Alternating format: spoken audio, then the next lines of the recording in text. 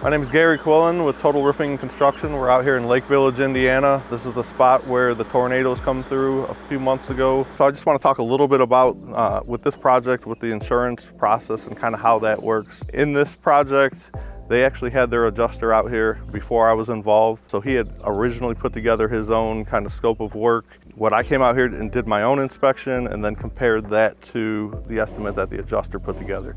So there was quite a few differences. You know, I'm working with the adjuster, I'm submitting things for review. He's agreeing to some of it we're kind of still negotiating. That's a little bit of a process, especially with certain things that we need to get bids on. So for instance, the fence, we don't do fencing, so I had to get bids from fencing companies to submit to get an accurate price for the insurance scope. You know, dealing with the insurance company, there's a long process of back and forth to make sure you want to have accurate pricing so the homeowner isn't, you know, stuck trying to come up with extra money out of their pocket that the insurance should be covering. The other issue is, you know, dealing with large checks from the insurance companies usually have to be sent off to mortgage companies. So that's another whole step in itself where we have to send out money to the mortgage companies. They have to review everything, sign off on it, or put checks in escrow and then send you a new check, and they release portions. Usually it's like 60 and 90%.